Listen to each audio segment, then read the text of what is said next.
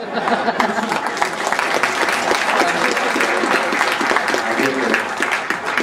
get the grown-up microphone. Gosh, I don't know. These stories are all so great.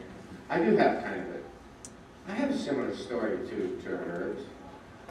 And it has happened numerous times. I meet these young guys of all ethnic, cultural backgrounds that come up to me now. They're in their late 20s, late 30s, even early 40s. That watch the show and they watch Starbucks and they said, oh man, I want to grow up and be like Starbucks. So I meet these guys and they're in their 30s, 20s, 30s, 40s, cigar smoking, chauvinistic, womanizing, hard drinking men. So it's very, I get them everywhere. Hey, let's go have a cigar and drink and chase women. Oh, okay, here we go. I didn't have that. About 10 years ago, I live in Montana, and I was at the local grocery store. It's a small town, but it was in the summer, and we get tourists, and there was this, I was there with my two boys who were probably 9 and 11 then. And we're in the checkout line, and there's a lady about 2 or 3 people back, and I can feel that vibration, you know. That's what you were saying. Somebody's got me in there, and all I see is, oh my God, it's you, oh my God, and she turns to her friends, it's him. Oh, and it's getting a little embarrassing because my kids are. And other people are starting to notice, and I'm getting very, and I start to talk to her, and she says, no, don't tell me, I know who you are, don't tell me. I know. I said, no. I said, listen, my name is Dirk Benedict, so because I wanted her to be quiet, my name is Dirk. She says, no, that's not it.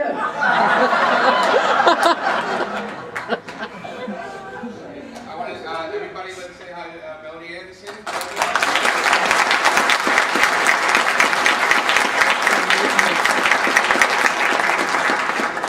Who knew? I just found out I was on the panel. I apologize for not being here. I was lucky enough to be an experimenter with Dirk, and got to drive a Lamborghini. No, Ferrari, that was that. Oh God, what a powerful. Oh my goodness. She drives better than I do. And she has the buttons. That's right. But it was a real gift, to be honest. I was on for 2 episodes, and in the original one. I'm not going to say, but it was really good. And Dirk was great. It was a pleasure to work with him. So I'm just kind of odd to be up here with everybody who was here and all the regulars. No, I am.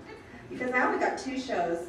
They got to do all of them, which was a surprise in the new cast and new friends. And, I don't know if it's appropriate, but I've never been appropriate. So if anybody was interested in, after you've asked your questions about Battlestar, about Flash Gordon, I'd be more than happy to answer.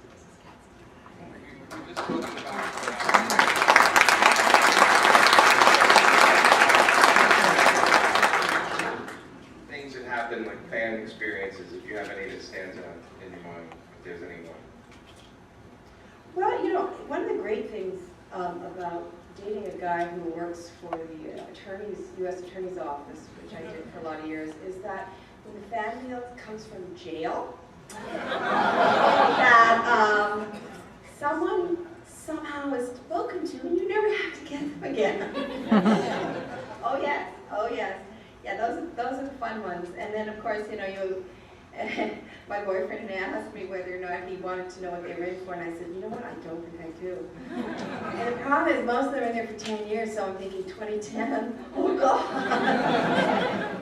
But and I think that's a darker story. I don't know if you want to go into it. Yes. Pretty weird. Well, like I said, I work in comics, so I've had everything from a call in the middle of the night. Hi, is this Jimmy? Yes. Dude, I like your stuff, man. I'm like, don't ever call this house again. And I had a strange, the weirdest thing I ever signed was baby's head. I don't know why, but somebody brought the baby, and I put my middle name, I took it from ear to ear. It wasn't mine. It didn't look like mine. Okay, well this is the part we're going to take questions from you guys, so I'm going to ask you to show a hand. You stand up when you ask a question, nice and loud, so everybody can hear you. Directed at the group or the individual, be polite. Anybody can have questions? Yeah, no, this is for James. I wanted to ask you, like, playing Guys Baltar, did it ever bug you sometimes in certain episodes where it was like the way they wrote Baltar, it's like, my lord, I'm playing the worst side of human nature here. I'm doing exactly the bad things, or in some ways the good things, but you were always to me kind of like the archetype of human nature. You know, your character was always like the best and worst of what we were, or what we are, I should say. It was, to answer your question, I did feel a certain amount of frustration, only because it's actually something that Jamie Bamber had said to me before. Our show exists, Battlestar, the reimagining, works terribly well because of Battlestar, the original. I have a name, Baltar, and really I think the very first thing that comes into my mind when I say Baltar is John Colicos. And he was like Snidely Whiplash. He was a real bad guy. And I joked with the creative team. I was like, so I'm going to sell out my race, and what am I going to get? Like a Cylon bathrobe? Doesn't really make. I don't understand why I would do that. And I was constantly saying, there's a few things I just want to say. For the Cylons to have destroyed the planet in the way that they did, the moral rot had set in our landscape, in our world, long before Gaius was like a flicker in his mother's eye. He's like a small cog in the wheel, something that just pushes the domino. This plan that they'd come up with that plan 100 years ago, that they were going to wipe out the humans. So I did feel, I totally associated with the character, and I did feel like the scapegoat.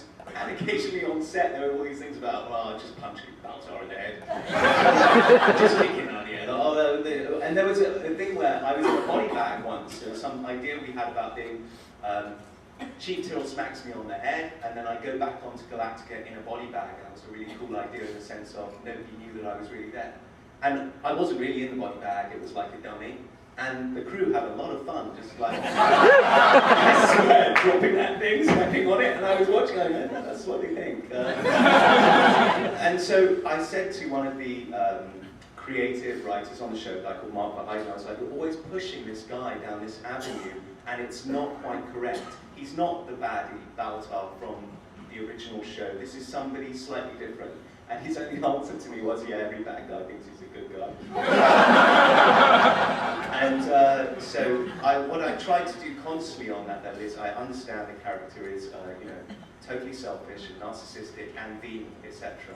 But one of the I felt like the writers or the creative team was always I was like trying to hold on to a very vicious dog that was always leaning towards the wrong side. I would try and bring it back every episode with some, as it were, some sympathy, something else, some compassion, some warmth, something that wasn't there at all. Otherwise, I felt that it was two-dimensional, and on some level, the integrity of just the person, it's like you don't care about somebody, you can just, you can catch me. Okay, any other questions?